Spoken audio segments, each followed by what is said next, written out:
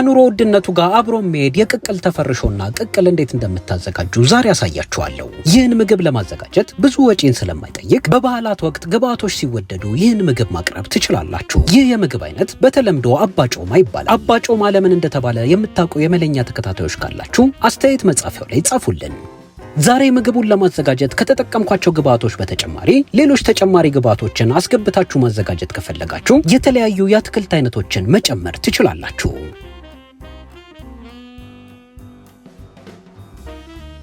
የዛሬውን ቅቅልና ቅቅል ተፈርሾ ለማዘጋጀት ቦለቄ እንጠቀማለን። የተጠቀምኩትም የቦለቄ አይነት ዥንጉርጉሩን ቦለቄ ሲሆን ይህን ቦለቄ በርካሽና በብዛት መግዛት ከፈለጋችሁ መርካቶና ጃፓን ገበያ በመሄድ መግዛት ትችላላችሁ። አንዳንድ ሱፐርማርኬቶች ላይም ታሽጎ በውድ ታገኙታላችሁ። አስቀድማችሁ ቦለቄ የምትፈልጉትን ያህል ትቀንሳላችሁ። ዛሬ ለማዘጋጀው አባጮማ 1 ኩባያ ከግማሽ ተጠቅሜያለሁ። አስቀድማችሁ የቀነሳችሁት ቦለቄ ላይ የተበላሸ የጠቆረ እንዲሁም የሻገተ ካለ ነጥላችሁ ታውጣላችሁ። በኋላ ላይ ጣዕም ሊያበላሽባችሁ ስለሚችል የተበላሸውን ጥሬ ፈጽሞ ማስገባት የለባችሁም። ቦለቄውን በሚገባ ከለቀማችሁ በኋላ ይህንን ይመስላል። አሁን ውሃ ትጨምሩና አንዴ ለቅለቅ ታደርጉታላችሁ። ቦለቄውን ለቅለቅ የምታደርጉበት ምክንያት ላዩ ላይ ብዙ አዋራ ስለሚገኝ ነው። የተለያዩ የመለኛን የምግብ ግብአቶች ማዘዝ ለምትፈልጉ የመለኛ ተከታታዮች እንደተለመደው የኢንስታግራም ገጻችን ላይ መልእክት በመላክ ማዘዝ ትችላላችሁ። አዲስ የጀመርነውንም የሽምብራ ምጥን ሽሮ አልቋል ላላችሁ ተጨማሪ ስላስገባን አሁን ማዘዝ ትችላላችሁ። ቦለቄውን አንድ የለቅለቅ ካረጋችሁት በኋላ ይህንን ይመስላል። ይህ የቦለቄ አይነት ተቀቅሎ ለመብሰል ትንሽ ሰዓት ስለሚፈጅ በውሃ ዘፍዝፋችሁ ተቆዩታላችሁ። እኔ በውሃ ለ6 ሰዓት ያህል ከዘፈዘፍኩት በኋላ ልክ ምስሉ ላይ በምትመለከቱት መሰረት መጠኑ በእጥፍ ጨምሮልኛል። እንደዚህ ዘፍዝፋችሁ ካቆያችሁት በኋላ ላይ ስትቀቅሉት ብዙም ጊዜ አይፈጅበትም። ነገር ግን በዚህ መልኩ ዘፍዝፋችሁ ማቆየት ካልፈለጋችሁ ረዘም ላሉ ደቂቃዎች መቀቀል ይጠበቅባችኋል። ምስሉ ላይ እንደምትመለከቱት ተዘፍዝፎ የቆየው ቦለቄ ካልተዘፈዘፈው ይልቅ ውሃውን በደንብ ስለመጠጠው ልኬቱ ተለቅ ብሎ ይጠብቃችኋል። አሁን ዘፍዝፋችሁ ያቆያችሁትን ቦለቄ አንዴ በንጹህ ውሃ ለቅለቅ ታደርጉታላችሁ።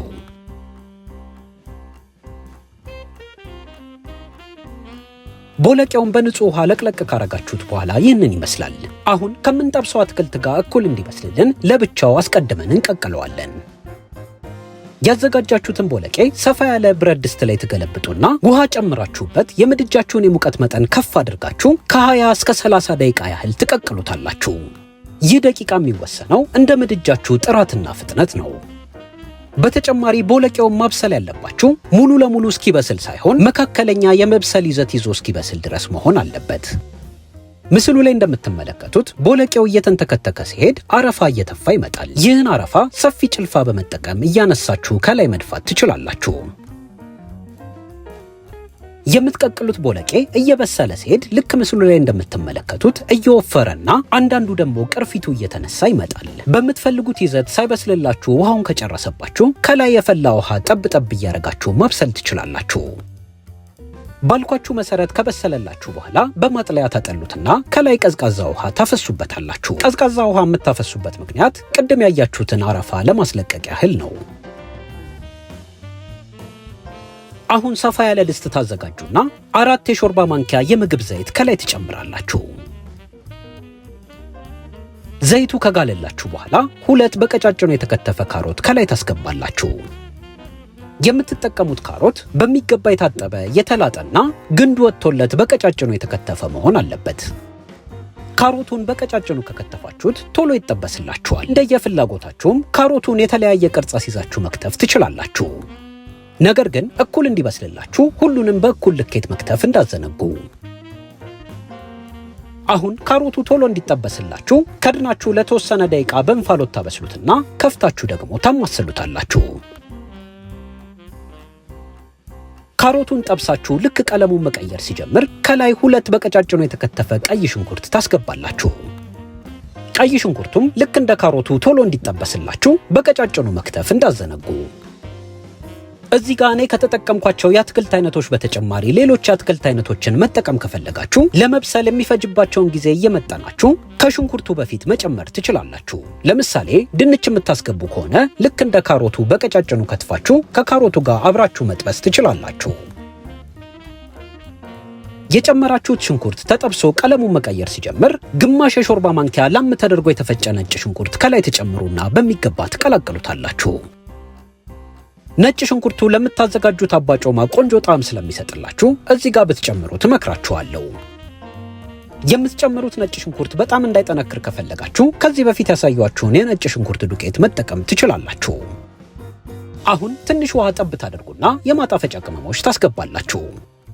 ግማሽ የሻይ ማንኪያ እርድ፣ ግማሽ የሻይ ማንኪያ የመለኛን ያልጫ ቅመም እና አንድ የሻይ ማንኪያ የሮዝመሪ ዱቄት ከላይ ትጨምራላችሁ። ይህን የመለኛ ያልጫ ቅመም ጨምሮ በመለኛ የተዘጋጁ የተለያዩ የምግብ ግብዓቶችን ማዘዝ ለምትፈልጉ የመለኛ ተከታታዮች የመለኛ የኢንስታግራም ገጽ ላይ እንደተለመደው መልእክት በመላክ ማዘዝ ትችላላችሁ። የማረቆ በርበሬ፣ የተነጠረ ቂቤ፣ 4 አይነት የሽሮ አይነቶችን፣ በሶ፣ የቡላ ዱቄት፣ የገንፎ እህል፣ የአጥሚት እህልና ሌሎች ግብዓቶችን ለሽያጭ አቅርበናል። እርዱንና የማጣፈጫ ቅመሞቹን ከጨመራችሁ በኋላ ቀቅላችሁ ያዘጋጃችሁትን ቦለቄ ከላይ ታስገባላችሁ።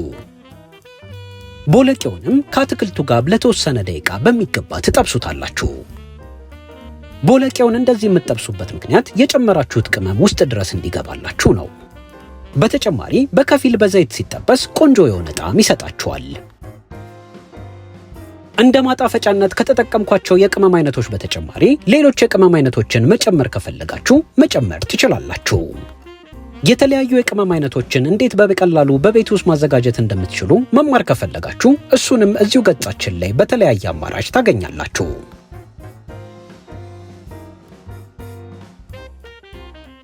ቦለቄውን ጨምራችሁ ቢያንስ ለ5 ደቂቃ በከፍተኛ ሙቀት ከጠበሳችሁት በኋላ 1 ሊትር ውሃ ከላይ ትከልሳላችሁ። የምታዘጋጁት አባጮማ ቶሎ እንዲደርስላችሁ እዚህ ጋር የምትከልሱት ውሃ የፈላ ውሃ ቢሆን ይመረጣል። ውሃውን ከከለሳችሁ በኋላ በሚገባ ታማስሉትና ከድናችሁ ተንተከትኩታላችሁ። አባጮማውን ከድናችሁ ስታበስሉት ሊገነፍል ስለሚችል ጥላችሁ መሄድ የለባችሁም። ካልሆነ ደግሞ እዛው ክፍት እንዳለ ማንተክተክ ይጠበቅባችኋል። ምስሉ ላይ እንደምትመለከቱት እየተንተከተከ ሲሄድ የጨመራችሁት የቦለቄ ፍሬ እያበጠ ይመጣላችኋል። ያም የሚያሳየው እየበሰለ እንደሆነ ነው። አሁን 1 ቲማቲም ከትፋችሁ ከላይ ትጨምራላችሁ። የቲማቲም ልጣጭ የማትወዱ ከሆነ እዚህ ጋር ልጣችሁ መጨመር ትችላላችሁ። በተጨማሪ የምታዘጋጁት አባጮማ በጣም እንዲወፍር ከፈለጋችሁ ቲማቲሙን በደንብ ከትፋችሁ ወይም ፈጭታችሁ መጨመር ይኖርባችኋል። ምስሉ ላይ እንደምትመለከቱት ቲማቲሙን ከጨመራችሁ በኋላ ቅቅሉ በተወሰነ መልኩ ወፍሮልናል። አሁን የምትፈልጉትን ያህል ጨው ከላይ ታስገባላችሁ። ጨውን ከጨመራችሁ በኋላ ከድናችሁ ለተወሰነ ደቂቃ ተንተከትኩታላችሁ። ለትንሽ ደቂቃዎች ካንተከተካችሁት በኋላ ቀምሳችሁ ጨው ካነሰው ደግሞ ትጨምራላችሁ። ያዘጋጃችሁት አባጮማ ትንሽ የማቃጠል ይዘት እንዲኖረው ፍሬው ወጥቶለት በረጃጅሙ የተከተፈ ቃሪያ ከላይ ታደርጉበታላችሁ። አሁን የአባጮማ ቅቅላችን ዝግጁ ሆኖልናል። አሳምረን ደግሞ እናቀርባለን። ተፈርሾ ማቅረብ ከፈለጋችሁ እንጀራ ወጠር አድርጋችሁ ጠቅልላችሁ ከትፋችሁ ከላይ ያዘጋጃችሁትን መረቅ አፍስሳችሁበት ማቅረብ ትችላላችሁ። መረቁን ቀጥታ መጠጣትም ከፈለጋችሁ በጎድጓዳ ሳህን ማቅረብ ትችላላችሁ። ትንሽ የማቃጠል ይዘት እንዲኖረው ከፈለጋችሁ ደግሞ ከዚህ በፊት ባሳየዋችሁ ዳጣ ማቅረብ ትችላላችሁ። ሚጥሚጣም ካላችሁ ከጎን እንደማባያ አብራችሁ ማቅረብ ትችላላችሁ። አባጮማ እንግዲህ እንዲህ ነው የሚዘጋጀው። ማንኛውም ጥያቄ ካላችሁ አስተያየት መጻፊያው ላይ ጻፉልን። የዛሬው ቪዲዮ ስለተከታተላችሁ ከልብ እናመሰግናለን።